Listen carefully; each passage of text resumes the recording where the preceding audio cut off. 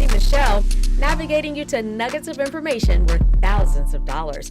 Great show coming our way today. A very special guest I cannot wait to introduce, LaTonja Muhammad.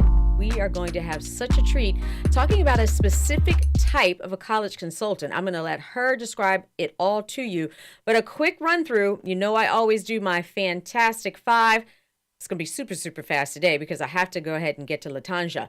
First off, make sure you always find that fee waiver. Find out if it's applicable to you. Fill out your Common App. Click Submit. Find your counselors for your transcript. Always super important to know who your counselors are because they have to help you through the process. Each and every school out here in America, sometimes in every single school district, well, I know here in Hillsborough County, several different ways that you can send your transcript. So always find your counselor because they are the ones who know how to do it the correct way. Next up, you got to forward those test scores. So that could either be through College Board, that could be through ACT.org, whatever it is, make sure you go into the system and forward those test scores. Also, biggest thing, FAFSA. You have to do your FAFSA. Look at Bezel shaking his head. He's like, yup, yeah. Have you done yours yet?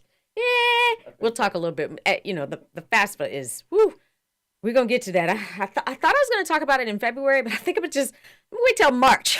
I'm still just holding off on a conversation about that. And of course, very specific to the state of Florida, I do want all of my students to know about the FFAA, which is your Florida Student Aid. So you want to fill out your FFAA as well, especially if you're in the running for Bright Future. So that is extremely important to my Florida students. So real quick, fee waivers, fill out the Common App, find your counselor for your transcripts, forward your test scores, FAFSA, or FFAA. Remember, this is Money Michelle. This is a live show today. I'll give the date, which is December 10th, because we are going to have some shows that we're going to be rerunning. But as long as it's today, did I say December? Lord, help us. It is February 10th. So if it's February 10th, call in. Should you be watching this on a different day?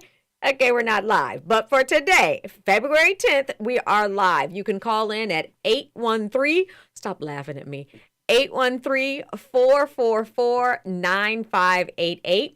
You can also always email me at moneymichelle03, which is MoneyMichelle03 at gmail.com.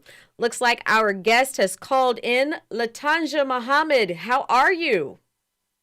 I'm doing very well. Thank you, Michelle. How are you? I am great. I'm so excited to have you on the air. I know that you're a proud mother of a Howard and Harvard University graduate. You're a certified college funding specialist with College Planning Genius, and you're the author of the College Funding Playbook. I absolutely love your mission to send kids to school, but leave their money at home. Thank you again for joining us today. I have to start with this. What is a certified college funding specialist? CCFS. Okay, well, first of all, thank you so much for having me on the show today, and I have to thank our mutual acquaintance, Gia, again, when I get a chance to see her. Most definitely. Thank you, Gia. So a certified college funding specialist is a designation that is acquired through the Association of Certified College Funding Specialists, ACCFS.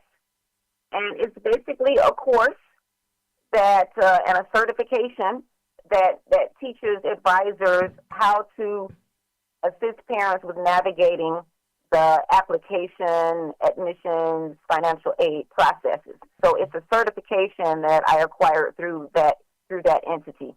So maintaining my status allows me to carry that title. I love the fact that you've gone that extra mile in regards to helping parents plan. I want to make sure I help everyone understand the difference between what you are and a typical college consultant or college coordinator. You have specialized training in regards to the funding aspects of college, correct? That's correct. Yeah, we go a little further, I think, than some advisors, and you know, there's a wide variety of how college advisors work. Some strictly work on finances in the sense of helping parents to pay. Mm. We help parents to not pay. I as think much I as like yours a possible. little bit better. But I think there's a really big secret to what you do. And I think the two words are start early. Definitely, definitely. You hit the nail on the head. So when I meet administrators and college readiness advisors and people like that in school and even parents, and they want to invite us in to speak with students, they always say, oh, can you come in to our FAFSA night? Oh, can you come in and talk to my seniors? And what we're trying to get across to everyone who will listen is that for this process to really be successful, it's really so much better if parents will start earlier. So I'll come back to the administrator and say, I can speak with your seniors, but I would really love to speak to your incoming freshmen at freshman orientation, along with their parents. Yes, I can certainly understand that. And I really talk a lot about that too on College Cash in regards to you have to start early with keeping your grades up, making sure that you're studying for the SAT, making sure you even know to take the SAT. But for you, it can even go a little bit earlier than that when it comes to just keeping your finances together so that you have the best opportunities for the typical funding that you're looking for that doesn't cost as much money.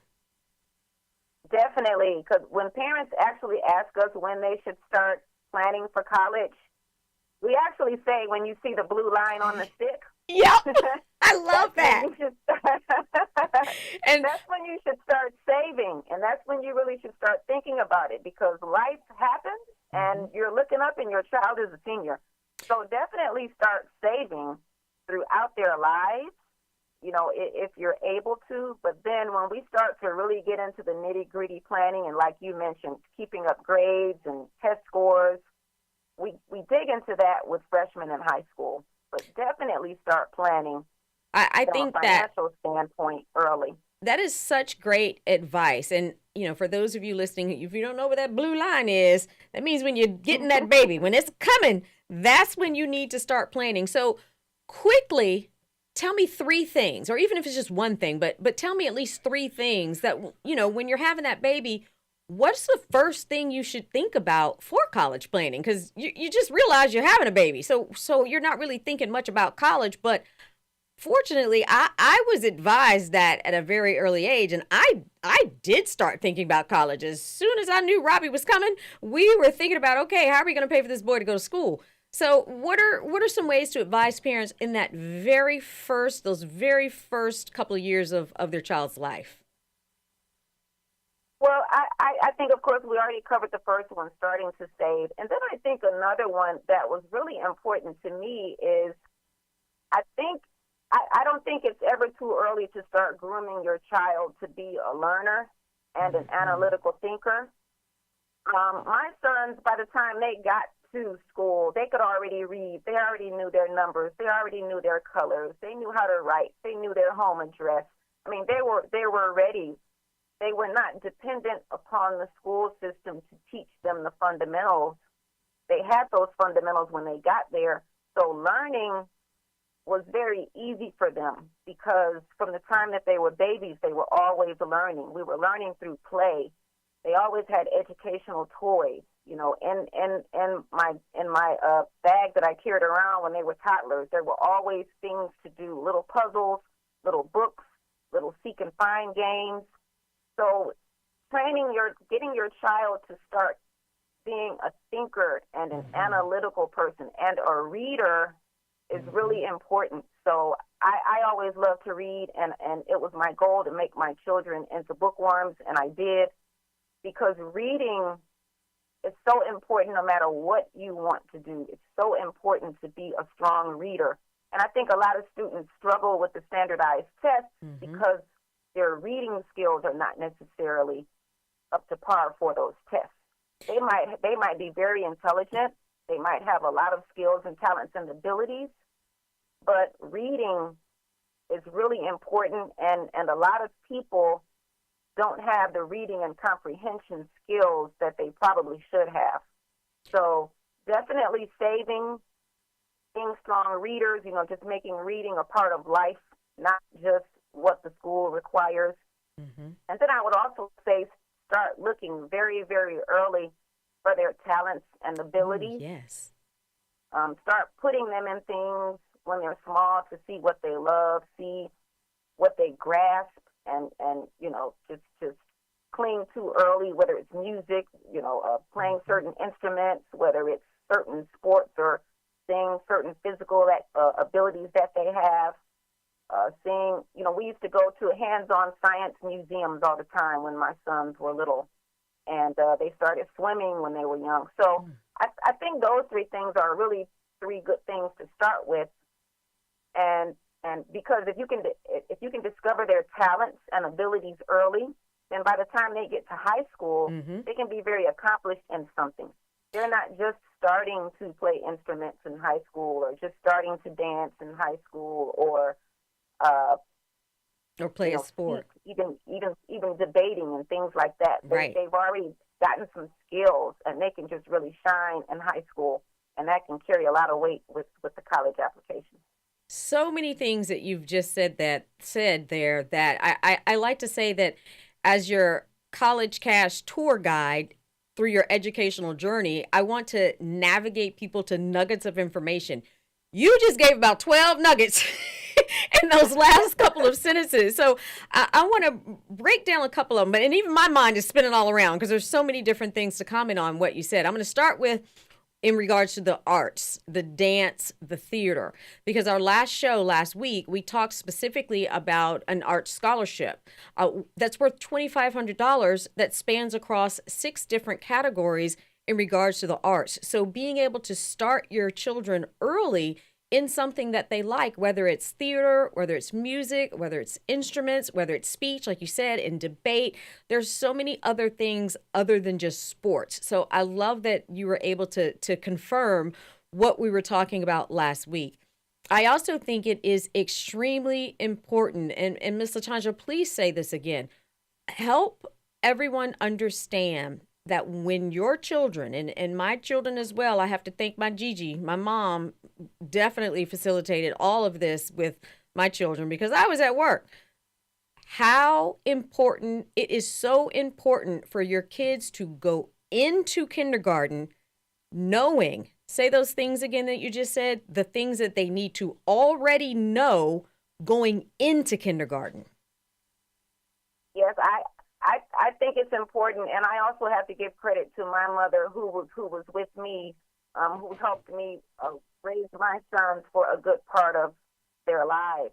But I think it's important if our children already know at least their alphabet. Mm-hmm. They know how to read some basic sight words. When my sons were little, I had little index cards on everything in the house, and we would walk around the house, and I'd have them spell refrigerator, cabinet, sofa. Good Lord, refrigerator? You didn't even start with cat and dog? You went straight to refrigerator? I can't even spell that right now. So, at least knowing some basic sight words so that when you get to kindergarten, that that level of reading, they're ready for it, and they're ready to just continue to excel from there. So reading, basic numbers, basic counting. Mm-hmm. They should know how to count. They should know their left hand from their right hand. They should know their colors, right? And see, everything that you're talking about, because so many people will use the excuse of, well, they don't have any extra money. It doesn't take, and that you're always working, but it doesn't take a lot of time to teach your children 1 through 10, or just your colors, or simply, like you mentioned, labeling things around the house and having them, when they're walking with you, when you're cleaning, when they're cleaning, whatever, going over those words. So I think I'm getting from my producer that we're actually about to go to break. And LaTonja, when we come back, I want to make sure we put up your QR code so that we can talk specifically about your book, because every single thing that we're going to be talking about today, I don't want you to panic and think you have to remember it.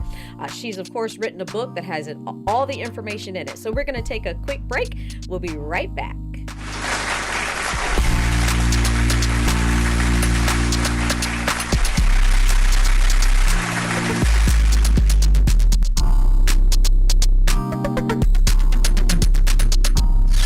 Playing your favorite old school. Nobody loves me better. Makes me happy. Makes me feel Today's R&B. magic in the air. With a smooth touch of jazz. You're listening to In Touch Radio. Hey, this is Agent Wright, better known as Mr. Clean. You looking for some great barbecues? Come see them two brothers in the grill, located at 423 Virginia Street, Charleston, West Virginia. We got ribs, chicken, pulled pork, brisket, collard greens, mac and cheese, baby. Come get some and get you a nice, smooth cigar. 304-550-4431. That is 304-550-4431. Come get some, baby. The Rib Man, mama, the Rib Man. Call Ricky. Ask Ricky. You need medical or a lawyer. I got the man to do the legwork for ya. We tried the other ones before, so believe we 100 down. 813-248-6300. Everything gon' be okay. Call Ricky, he coming. He taking care of state of Florida. Grab a pen or sundown. 184-361-RICK.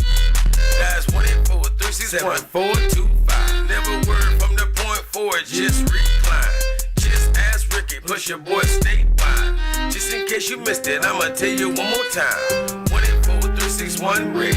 Call Ricky, ask Ricky is a legal medical referral service. The doctors and lawyers in our network are trained in handling auto injury claims and getting you the best medical treatment and recovery. Dial 1-844-361-RICK. That's 1-844-361-7425. Ricky. Ask Ricky. In Touch Radio, the smooth soul. Rocking your radio on the sounds of soul. Playing your favorite R&B. In Touch Radio.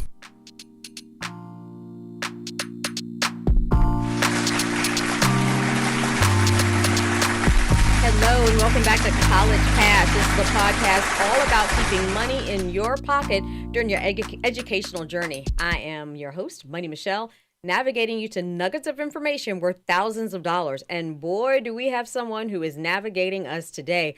LaTonja Muhammad. Not only is she, of course, a certified college funding specialist with College Planning Genius, but she is also the author of The College Funding Playbook. Her mission is to send your child to college and leave your money at home. LaTonja, thanks so much for coming back with us. I know that we started at the very beginning of literally birth for your children, but I do want to make sure that everyone knows how to find your book. Once again, the name of it is The College Funding Playbook, and we have the QR code up on the screen. There we go. LaTonja, tell me a little bit about the book and why you wrote it. Okay, so yeah, thanks again, Michelle. This is going really well. So again, the College Funding Playbook, and the subtitle is 7 Proven Methods for Funding Your Child's Education Without Breaking the Bank. So that's the whole send your child to college, leave your money at home piece. And the reason I wrote the book is because I believed that I could deliver the message to more parents through a book. It's, we do seminars and webinars here in Michigan and throughout the country. We've got clients, but we're still not able to reach everyone. And we still find that families have, what we just talked about, a lot of families and even school administrators still have the idea that the time to start thinking about which college to go to and how much it's going to cost and how are we going to pay for it. That's being deferred until senior year. Mm-hmm. And so I really just wanted to get the message out so parents could have some guidance sooner than senior year. There are some landmines and little traps that I talk about in this book that parents run into. And the unfortunate part is that they run into these while they're knee-deep in the process. After their child has already committed to a college, they find certain things out. And it's happening quite often too late to do a whole lot about it. Then you just have to live with it. Then you have to make other decisions that are more reactionary, right, rather than planned. So I'm hoping that the book will help families to see more things ahead of time, and they'll have more favorable outcomes. And I'm really happy to have you on the show today. Today is February 10th. I'm making sure that I say the date so that everyone can understand we are live today. LaTonja, we plan on replaying the show probably in March, but for today, February 10th, if anyone wants to call in, we have quite the professional on with us. The number is 813-444-9588. And speaking of the 813, obviously we're in Tampa Bay, but where are you based out of?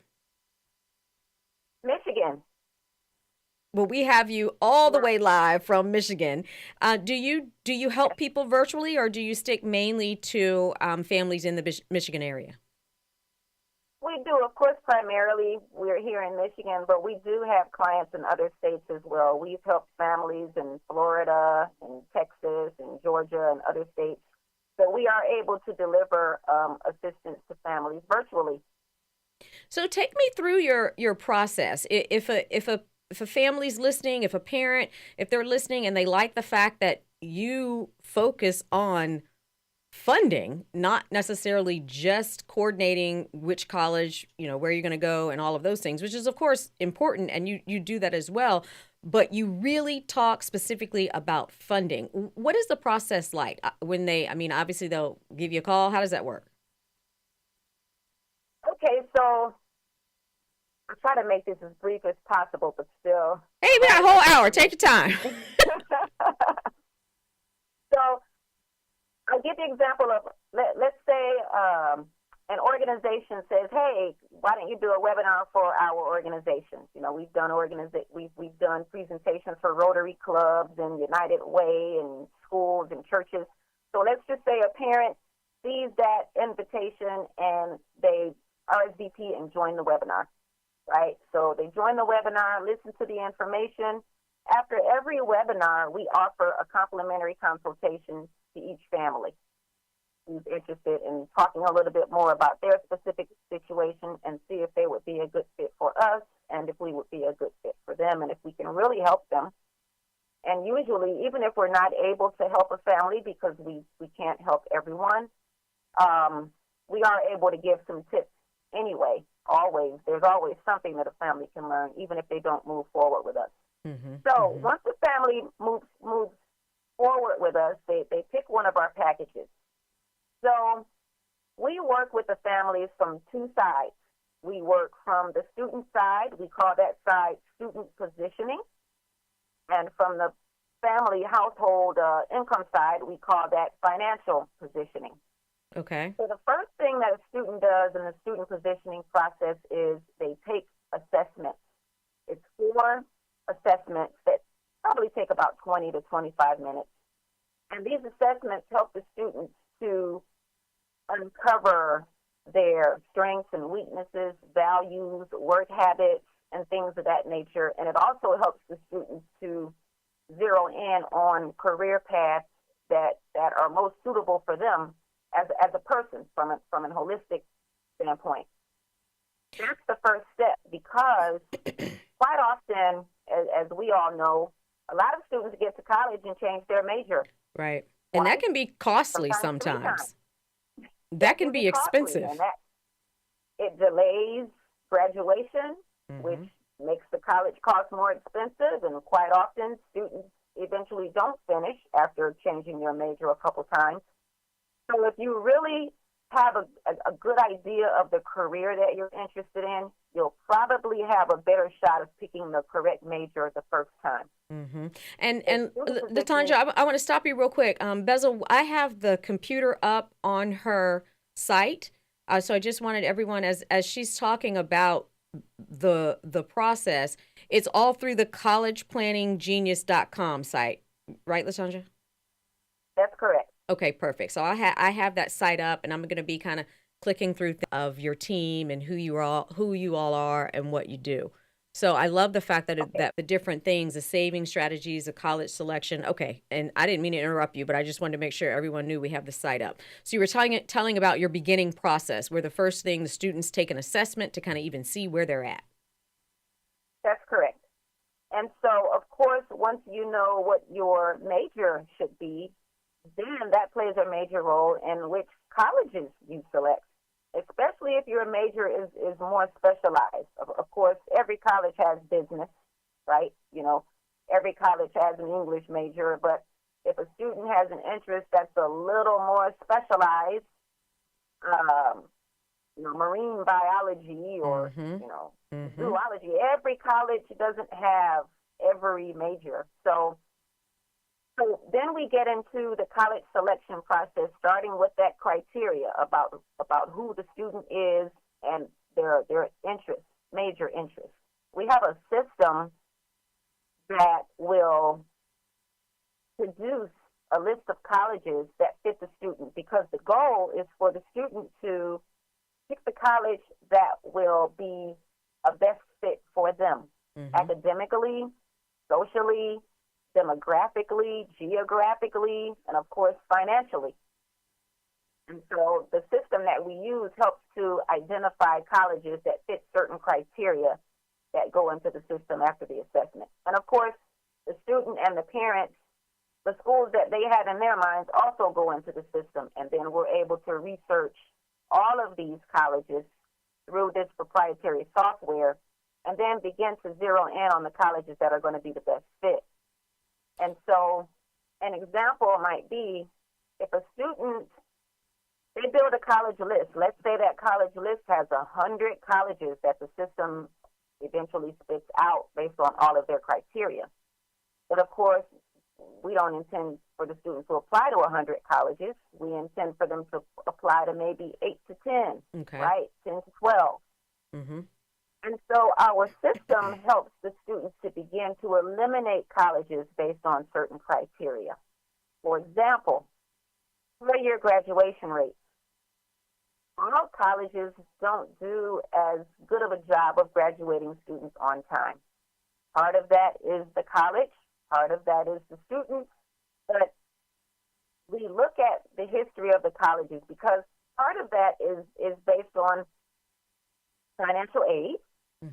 Part of it is based on the resources available to the student to assist them. Part of it is based on scheduling. Sometimes a student is delayed because a course is not offered every semester, right? So some students are stuck in school because of one course that is not offered in the semester that should be their last semester, right? That must be. That goes into. So that's just one example, 4-year graduation rates. Another criteria might be merit aid. Let's say a student is a very high achieving student. And so our system will line up all of the colleges and show what all of the colleges in their list typically award for merit aid. So a high achieving student who has colleges on their list that are only awarding $2,500 in merit aid, and the college costs $100,000. Right. Then that student can look at the list quickly and say, "Oh, this college is not very generous with merit aid, and I'm a really good student."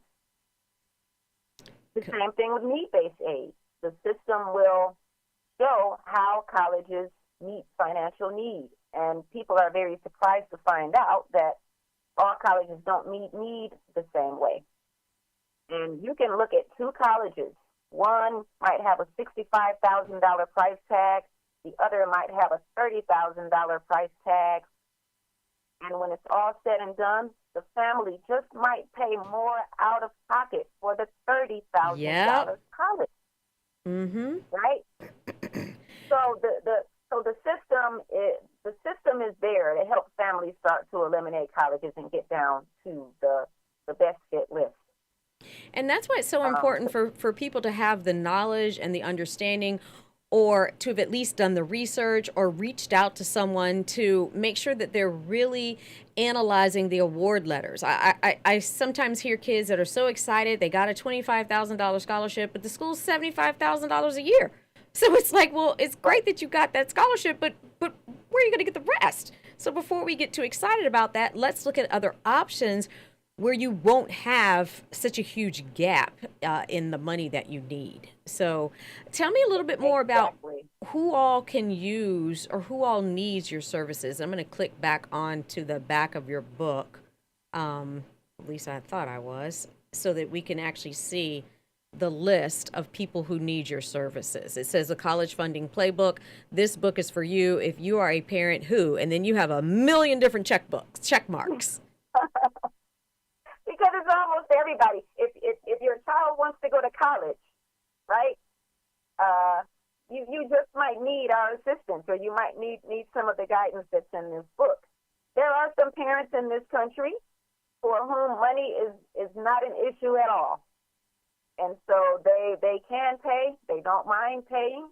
They feel it is their duty to pay, and that other families who are more needy should be the ones that benefit from awards and aid and scholarships and grants. Mm-hmm. There are other families that are affluent families who still feel like if I can use the system to my benefit, I will do that. And there is a quote that we always use that we got from U.S. News and World Report years ago that says, even though financial aid was intended for those who need it the most, it actually goes to those who know the most about the process. That is so important. And I'm assuming that's why your mission, of course, is to send children to college, but to leave their money at home, because you're exactly right. And it's so frustrating because a lot of the families who need the FAFSA the most don't even know about it, or don't know how to fill it out, or don't understand the $7,000 that the Pell Grant can give them, versus families who may not even qualify for the Pell Grant, but they understand the financial aid process. They understand that test optional is not really optional. They understand how to maximize the use of various merit scholarships. They're the ones who are getting the most financial aid, and they may not even necessarily, everyone needs it because nobody wants to spend all their money on school. But there are some who need it even more, but they just don't understand the process. Exactly. And it's interesting. I thank you for mentioning the FAFSA, because it is very important. And I think a lot of families, even the affluent families, don't always realize that the FAFSA is required for the students to get any kind of award, whether it's an athletic scholarship, whether it's merit-based aid, need-based aid. The FAFSA is required. Mm-hmm. So you might have a student from a wealthier family, but perhaps they're getting merit aid because they're an excellent student. The FAFSA is required. Even if you don't have demonstrated financial need, the FAFSA is required for for any aid, but even for that student with just the merit aid, it's required. Yes. So, LaTonja, we're going to take a quick break. We'll be right back. I think we can definitely talk a lot more about the FAFSA and, of course, financial aid. And I saw something that's really specific to the Detroit area. It seems a little bit like our bright futures in Florida. So we'll touch on those things when we come back. We'll be right back.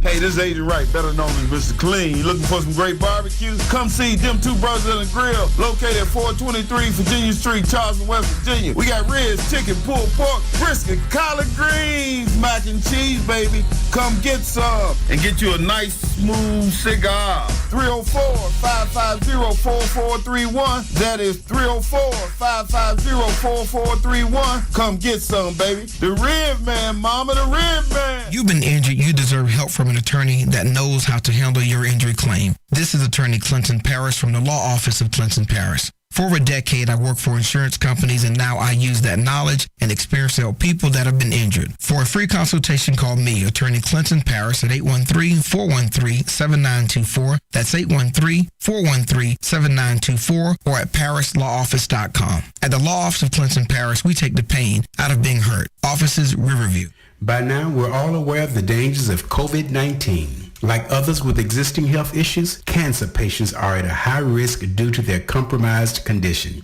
If you are newly diagnosed with cancer, your care likely can't wait. Moffitt Cancer Center is the best place for your cancer concerns and to provide guidance to help you plan your next steps. We're here for you. Call 1-888-456-2839 or go to moffitt.org/here for you. In Touch Radio, the most loved station across the nation. In Touch Radio.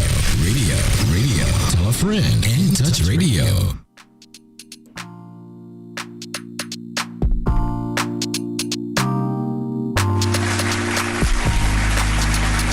Hello and welcome back to College Cash. It's the podcast all about keeping money in your pocket during your educational journey. And I'm your tour guide, host Money Michelle, navigating you to nuggets of information worth thousands of dollars. And we are talking today with LaTonja Muhammad. She is a proud mother of a Howard and a Harvard graduate.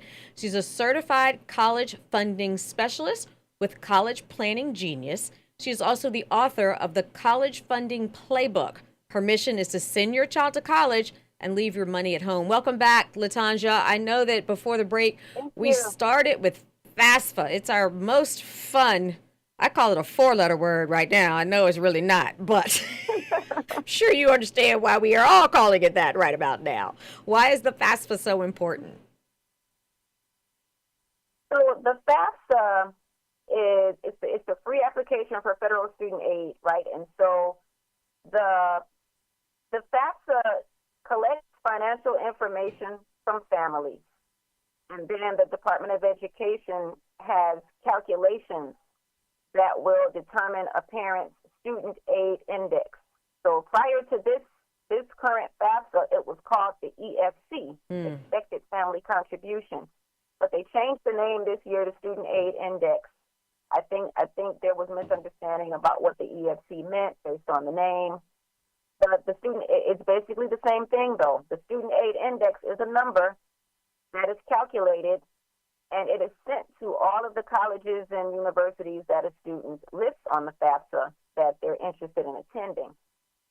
What this number is, it basically represents to colleges and universities how much the family should reasonably expect it to be able to contribute. However, it does not mean that it's all that the family would have to contribute, because the colleges use the SAI to determine how they will meet a student's need. So, for example, if a student is applying to a college that has a $50,000 cost of attendance and their family has a $20,000 student aid index, the calculation for the college will be $50,000 minus $20,000, and $30,000 is the result, and that is the family's demonstrated need. At that point, the college or university follows their policies and procedures to meet that need. Some colleges will meet 56% of your need, or 64% of your need, or 90% of your need, or even 100% of your need. And then how they meet need is important, because they might meet a portion of that need with free money through grants. They might throw in work study as part of that, and some colleges will throw in loans also. So there are some colleges out there who will only offer loans for your unmet need. And we stay away from who those. will not include any loans in their offer. So I want to talk about the two totally different spectrums and see if you agree with me. I like to say that if you qualify for the Pell Grant and you are smart, there is absolutely no reason whatsoever, no obstacle that you shouldn't be able to overcome where you can't go to school. I really think that if you qualify for that Pell Grant, you've gotten good grades, you have good test scores, there's money out there for you to be able to go to school. Would you agree with that? I definitely agree with that. But if you pick the right school. Correct. That is always the case. Right school, if you pick a school that does not have the money to award you for your brilliance and your efforts, right? Picking the right school is so important, that college selection process. And we had a student who picked a college,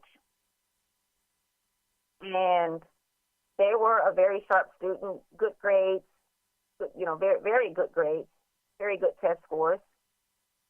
This student had a 4.7 GPA.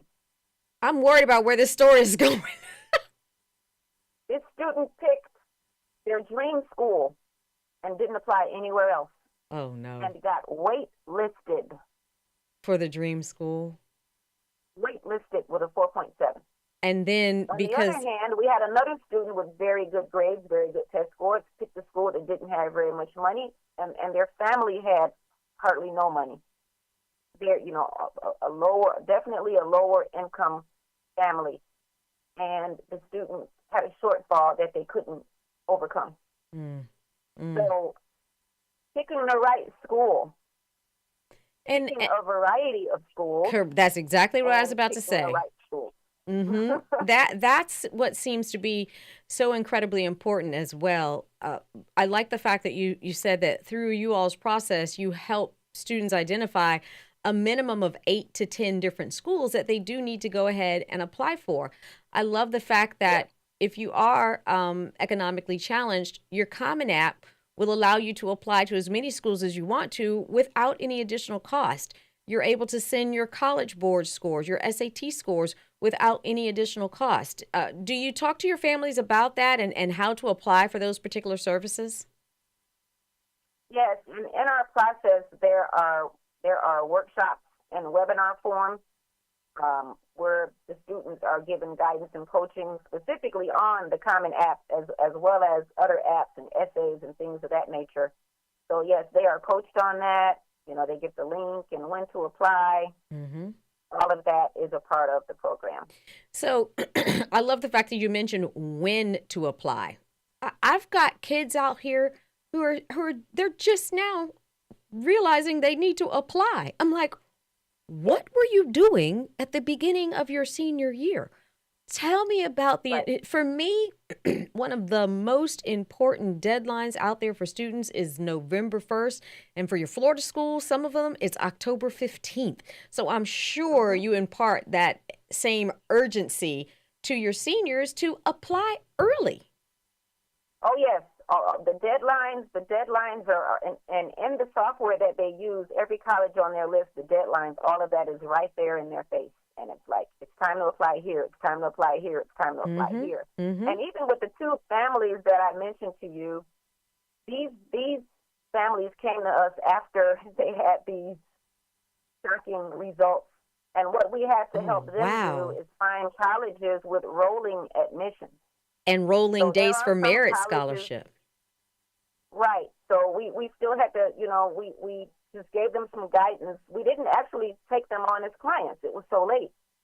But we did give them some guidance on finding more colleges to apply to that have rolling admissions. So some of the students that are late and still haven't applied, there are still colleges out there with deadlines approaching, and they can still apply. But, of course, they've missed out on a lot of other opportunities to apply for this round, for the upcoming school year. And I know that I just mentioned students who are economically challenged, but very, very bright students, and the importance of the FAFSA for them. But I want to go to the other end of the spectrum that you mentioned before the break.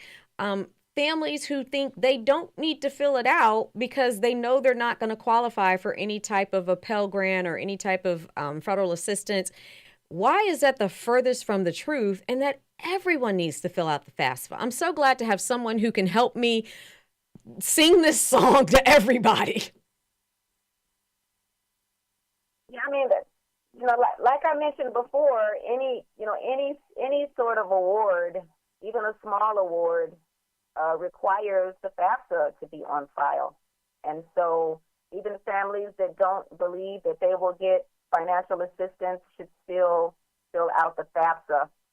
And another thing, because the FAFSA is required every year, family circumstances change from year to year sometimes. There might be a divorce, there might be an adoption, there might be a job change, a career change, income change that impacts income. So it's important for families to not only fill it out freshman year, but every year that the student is in college, they need to complete the FAFSA. And keep in mind, for families, if you're listening out there, we're talking about your lower income, your economically challenged families. Of course, you want to fill it out because you could potentially qualify for the Pell Grant. In most of the community colleges here in Florida, if you get the full Pell Grant, it will completely pay for an associate's degree. So you're able to at least go to your community colleges, get that associate's degree, and then depending on how well you do, there's opportunity for more scholarships for you to transfer to a 4-year college. So definitely fill out the FAFSA. For those of you who are middle or higher income, maybe you don't qualify for a Pell Grant, but you still want to be able to capitalize on merit money or capitalize on other scholarships that are out there. So fill out the FAFSA. The last one, LaTonja, that I fight with people. Just to interject one more thing, Michelle, some colleges will offer students a freshman scholarship. So every student that gets accepted as a freshman will get something. Right. There's a FAFSA on file. Yep. Or a diversity scholarship. I know that there are some changes in the affirmative action and whatnot, but some colleges will offer a diversity scholarship. Just for filling the thing out. Scholarship. So definitely, no matter what your economic situation is, it's a great idea. It is necessary to complete the FAFSA. And I think families who have students who are getting sports scholarships as opposed to Pell Grants or academics, sometimes they think they're immune from the FAFSA. That's just not true. It doesn't matter what kind of grant, what kind of scholarship, whatever you're doing, fill the thing out. Why do you think that? Well, here's my opinion. I think that families struggle with that so much because back in the day when we were going to college, the FAFSA was a little bit more optional. You know, I really don't remember if it was optional or not, or if it just wasn't as emphasized. I honestly don't remember. I remember filling it out. I remember filling it out when I was in college way back then. And like you said, when you first started talking about it, it was like a 4-letter word. Every year when I had to fill it out for my sons, it was like, it's not the most fun thing to do, but it's needed. It needs to be checked. So right. We just need to suffer through it and get it done. Depending upon the package that parents have with us, we actually prepare a FAFSA key for families. We call it a key because we help them to make sure that the information is completed correctly. There are a lot of errors on the FAFSA. Right. It was estimated, especially the old FAFSA. Now, we'll have to see how this new one that just came out, it is simplified, but you still have to put in pretty much the same financial information you put in before. But as a service for certain families, we provide the key, so we make sure that what information should go where is in the proper place, that what should be disclosed is disclosed, and what does not need to be disclosed is not disclosed, so that families are not under-awarded. So we provide this key, and then they can complete the FAFSA using the key so that they put everything in properly. And see, that's another reason why some families may want to work with people like you, people with the college planning genius and other types of coordinators or consultants. Going to college and applying to college, whether you're listening to my show, College Cash, where I try to give you as much information as I can throughout this particular podcast, or whether you choose to work with someone, the goal is to get help. Don't do it alone. It should be a group effort between a family, a student, and someone else that knows what they're doing. And, I say that because many people think that it's the school counselor's job. And that's just, I don't think that's the case anymore. I don't think that they have the time. I think their caseload is too big. So do you agree that families really need to rely on an additional source other than just the school counselor? Obviously, the school counselor is important because they help students figure out, the transcripts and some of the recommendations, but families need to have an additional source. I definitely agree, very strongly agree. And a lot of schools, the counselor or the teacher who has taken over the college readiness aspects and putting on the FAFSA nights, it's another hat for them. It's not their main hat. Formalized training. It is not what they, it initially entered into education to do. And counselors are very busy with everything that counselors traditionally do. with working with the teachers and working with the students and the behavioral issues and the health issues and things of that nature of the students. They have a lot on their plate. And most students really don't even get enough face time with their counselors to get all of the guidance that they need.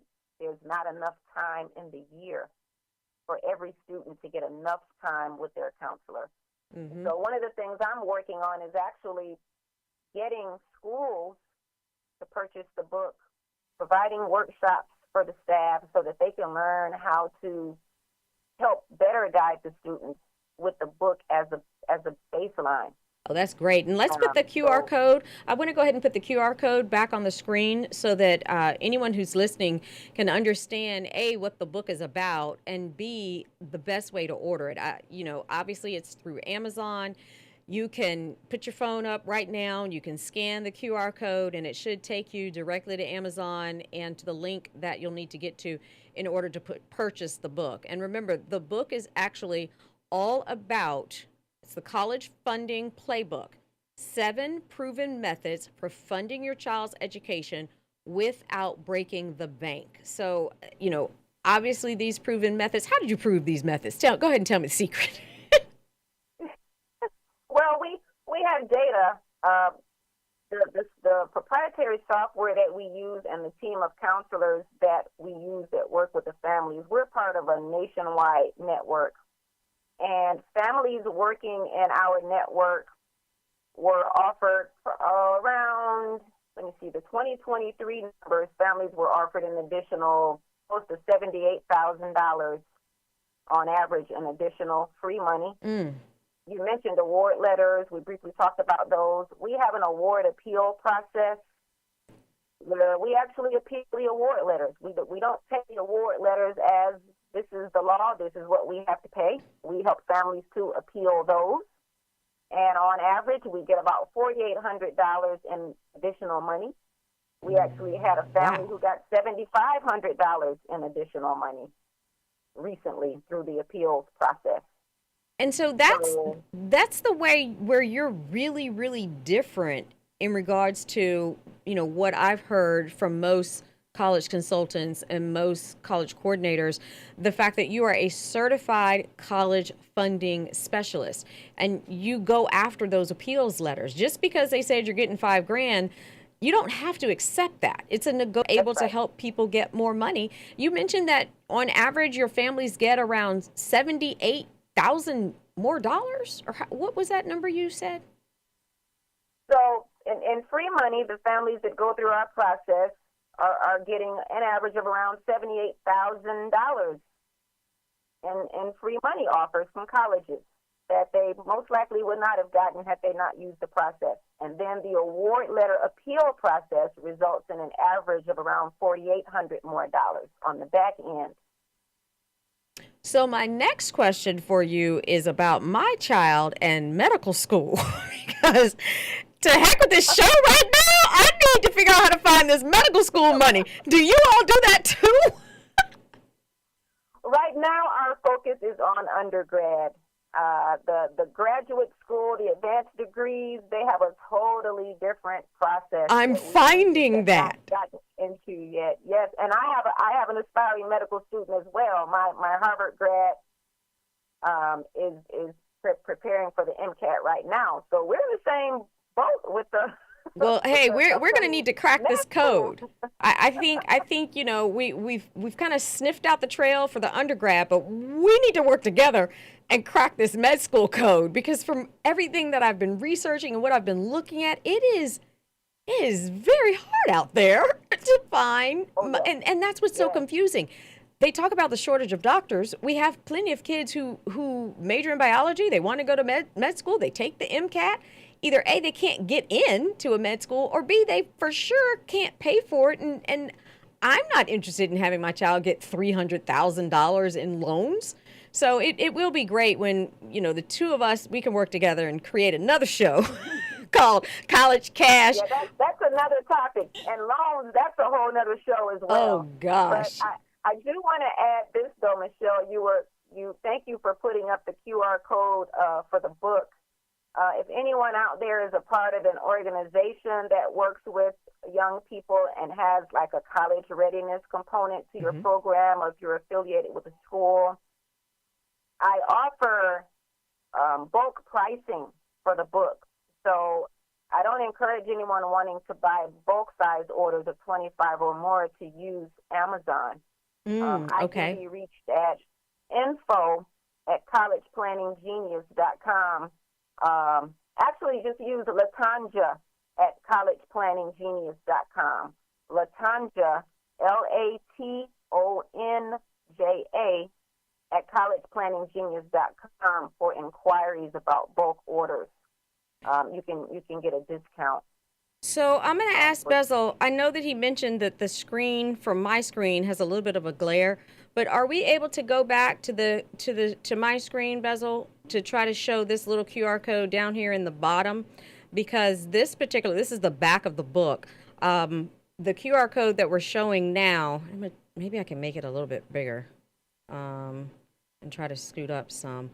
This particular QR code goes directly to collegeplanninggenius.com, and that's where you'll be able to find LaTonja's information specifically, because we love for you to, of course, order her book through Amazon, but if you want to order in bulk, because maybe you're a PTA or you're a church or you're a nonprofit or you just got a whole lot of friends and you want to give this out as Christmas gifts, feel free to contact LaTonja. Say your email address again, and if there is any particular phone number. Right, so it's LaTonja, spelled L as in Larry, ATONJA, at collegeplanninggenius.com. Perfect. Well, thank you again for being on the show. Real quick, I always like to end my show with what I call the Fantastic Five, and tell me if you like these. So I always say the Fantastic Five that everyone needs to know in regards to applying to school. Folks have to look for that fee waiver. First and foremost, if you're on free and reduced lunch, find your fee waiver, because that is what can give you access to applying to all of the different schools you want to on the Common App, sending all of your test scores for free through College Board or ACT.org. So I always start, LaTonja, with making sure every fee waivers, and I'm sure you probably know of even more ways to find fee waivers for college applications that don't involve free and reduced lunch. The next thing, of course, fill out your Common App, find your counselor for transcripts, forward those test scores, and we've talked extensively about the FAFSA. Oh, one more quick thing before we go. I talked about the FFAA for Florida, which is the Florida Bright Futures Scholarship. What do you all have in Michigan? Okay, so it's a Promise program, and that's one of the chapters in the book. We had in Detroit the Detroit Promise, and there are other Promise programs in Michigan, and these are basically tuition programs that for residents of certain cities and attendees of certain schools can get free tuition. And the way they're set up is any monies that are left over, any shortfalls for tuition that are not covered by other sources such as Pell Grants, SEOG grants, other scholarships, these Promise programs will pick up the slack and pay the rest of the tuition. And that's the last dollar type of Promise program, which is what most of them are, last dollar funding. Okay, and so that's a little bit different than Florida. Florida is just, if you meet the certain criterias with your grades and your test scores, they pay your full tuition. But I like the fact that there are other opportunities where it's the last dollar. Whatever the heck it is, as long as you can get those bills paid, that's the most important thing. So it looks like we are almost out of time. Well, it looks like we're totally out of time, but I definitely still, LaTonja, want to let you have the last word. Are there any other final comments that you would like to give to our families watching? I don't think so at this moment. We would need another show. Here's a final word. Order the book. Order the book. Visit us at collegeplanninggenius.com. Reach out to me directly at LaTonja at collegeplanninggenius.com. And thank you so much again, Michelle, for having me on the show. I really enjoyed it. Perfect. Have a great day. And I have to say thanks to God, my crew, and all of you for a great show. Toodaloos. We will be replaying this in March, but You can still email me if you do have any questions, moneymichelle03@gmail.com. Toodaloo!